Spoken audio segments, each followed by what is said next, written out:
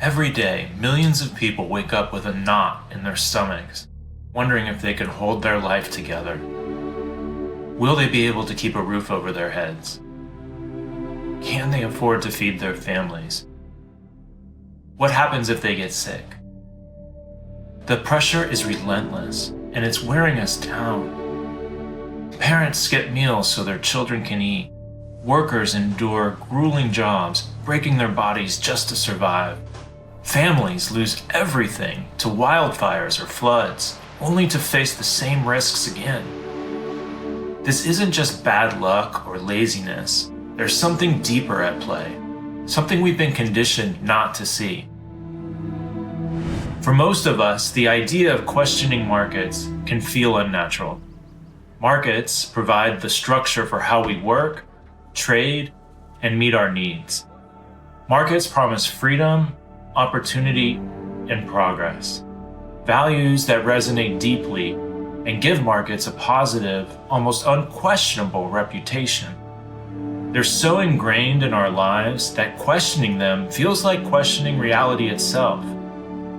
However, at the heart of markets are principles that shape every decision, every transaction, and every outcome. These principles are so foundational they're almost unnoticed, like the air we breathe. Yet, they are the undercurrent of the relentless anxiety, instability, and division that ripple through our lives, fueling the very crises we're struggling to escape. Competition, ownership, and profit. These are the forces driving the market system, and they are the same forces driving its failures. Competition pits us against one another, driving relentless battles where the winners gain access to the entire world while the losers are left struggling to survive. Ownership divides resources into mine and yours, locking essential needs like shelter, water, and food behind price tags that only some can afford. Profit prioritizes wealth above all else, driving decisions that devastate communities, exploit workers, and destroy the environment in a relentless pursuit of more. And as long as markets remain the foundation of how we meet our needs, these forces will continue to shape our world, perpetuating the very crises we're desperate to solve.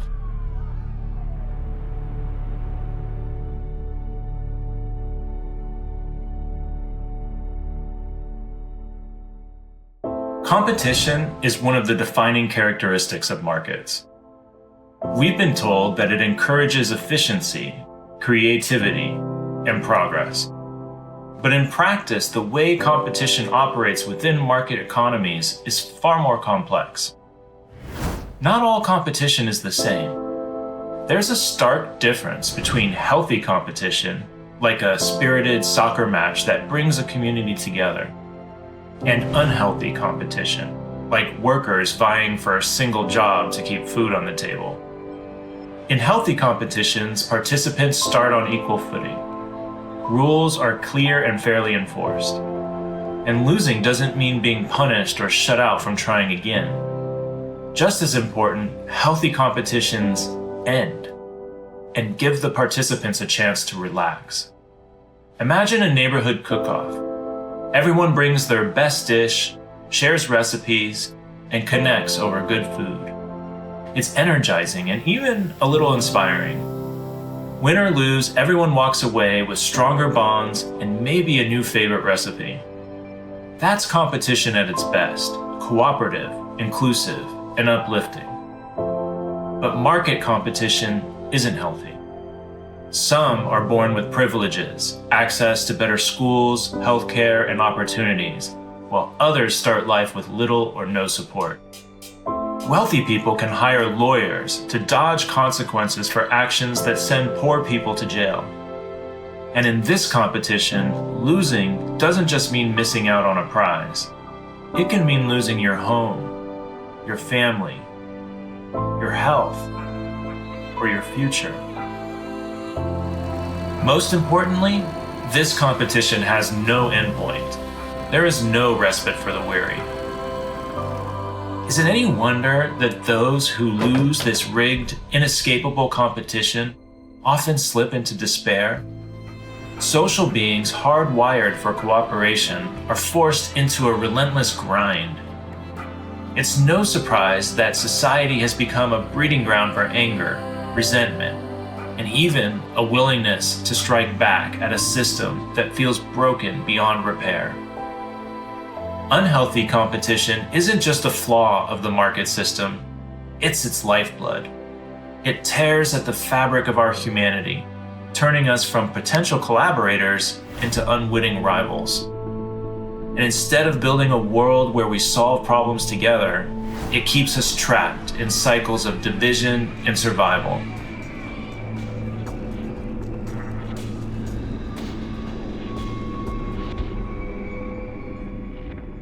Ownership is central to how markets work.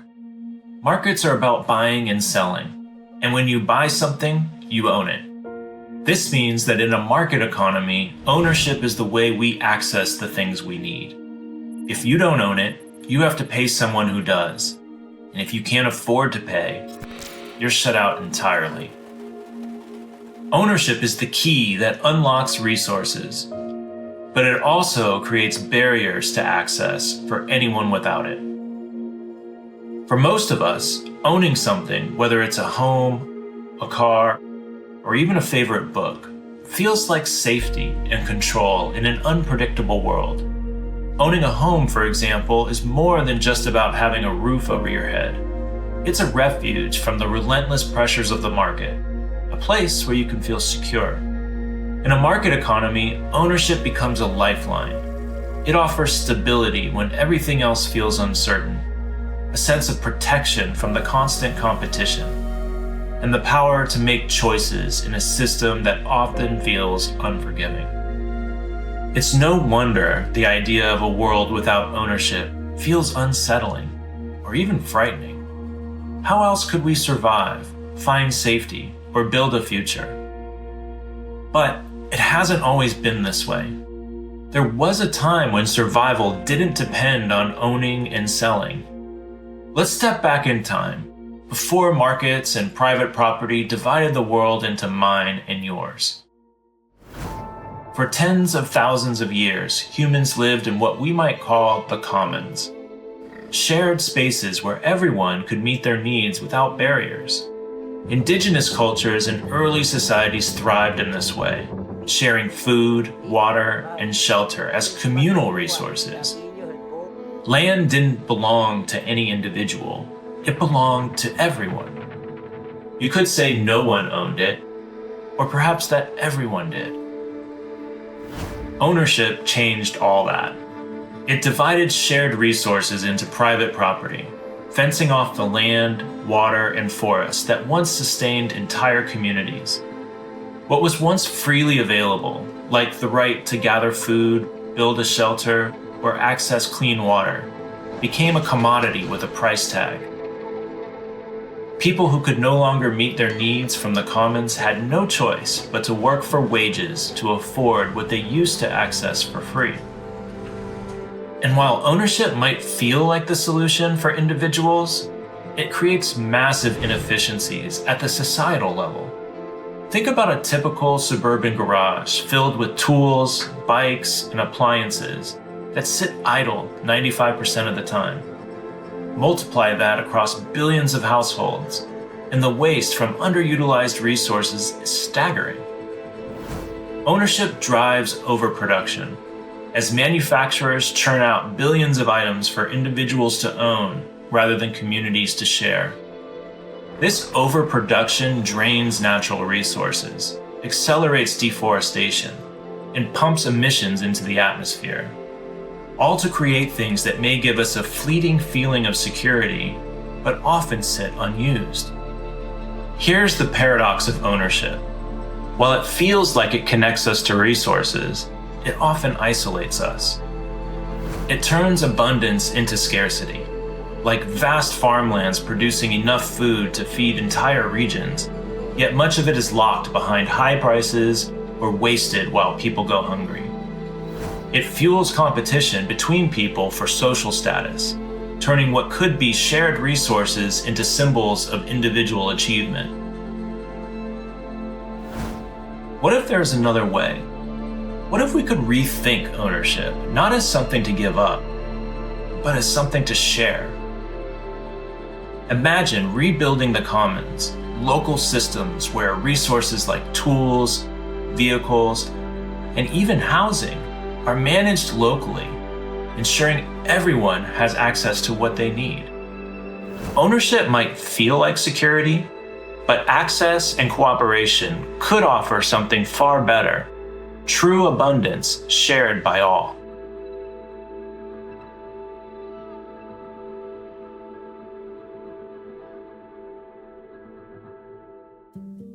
Profit is the backbone of markets, the single goal that defines their purpose.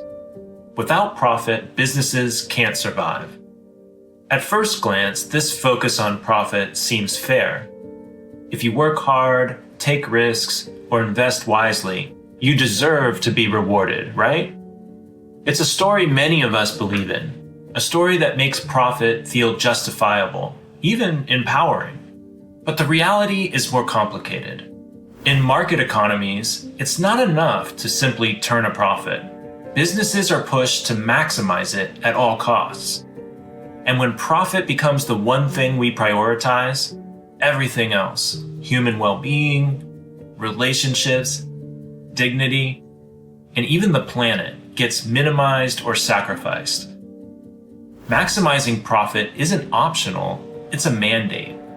If competitors move factories overseas to exploit cheaper labor or skirt environmental protections, others must follow suit or risk losing in the marketplace. This isn't greed, it's the logic of the system, where profit takes precedence over everything else. This relentless drive for profit shapes our world in profound and devastating ways. To boost revenue, companies engaged in planned obsolescence, designing products to fail prematurely so that we have to keep buying replacements. They spend billions on advertising to manufacture desire, convincing us to chase the next big thing. From beauty creams that promise eternal youth to gadgets that make the last year's model feel obsolete, the goal is clear: keep us consuming no matter the cost to our wallets, well-being, or the planet. But profit maximization doesn't stop at selling more. It also demands slashing costs. Companies outsource jobs to countries with weak labor protections, leaving communities gutted and workers exploited. They resist safety upgrades and dump toxic waste to save a few dollars, poisoning rivers, air, and soil. Health insurance companies deny treatments to protect their margins, leaving patients to suffer. Pharmaceutical companies inflate drug prices, forcing families to choose between survival and financial ruin. Private prisons lobby for longer sentences to keep cells filled and profits flowing. Weapons manufacturers profit from perpetual wars, siphoning public funds that could have been spent on housing, education, or clean energy. These aren't isolated incidents. They're systemic choices in a game where cutting corners is a requirement to stay ahead. We often point to corporations as villains, but they're simply following the rules of the system. And when losing means bankruptcy or worse, it's no surprise that people, businesses, and individuals alike do whatever it takes to stay on top. What if we didn't have to play this game? What if we could create a parallel economy, one that values people over profits, where innovation is driven by the desire to improve lives rather than the fear of failure? A system that prioritizes well-being and sustainability over endless growth. Profit may dominate today's world, but it doesn't have to define tomorrow's.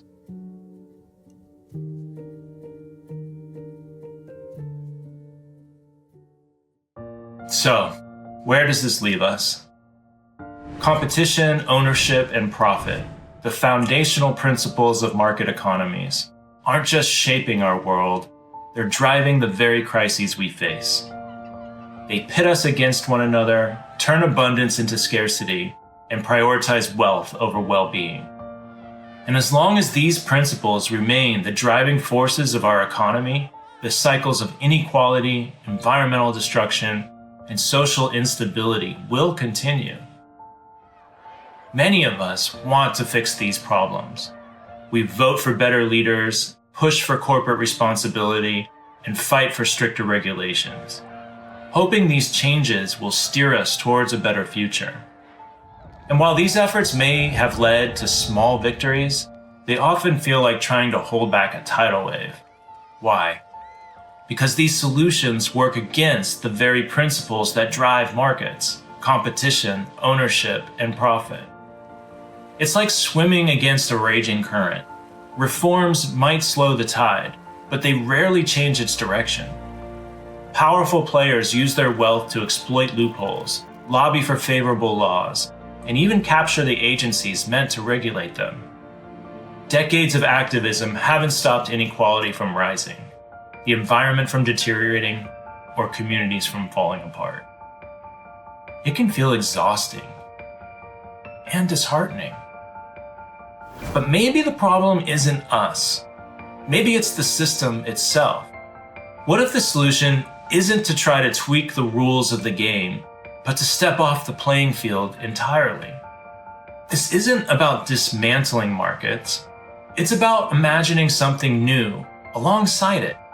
A parallel system that doesn't depend on competition to thrive, doesn't require ownership to grant access, and doesn't treat profit as the ultimate measure of success. Such a system already exists in the small, quiet corners of our lives.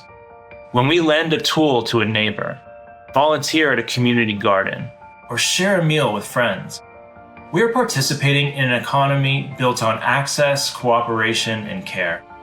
These moments aren't just acts of kindness, they're glimpses of what could be possible on a larger scale. Imagine expanding these principles to address our biggest challenges. Local libraries where resources like tools, vehicles, food, and even housing are shared and maintained by the community. Community networks where people contribute their time and skills, caring for children, supporting elders, or sharing expertise, while meeting their own needs in return. Systems designed not to extract, but to sustain, where the goal isn't endless growth, but collective well-being. The People's Library offers a vision of this future. It's a model that reclaims the commons and rebuilds what we've lost: trust,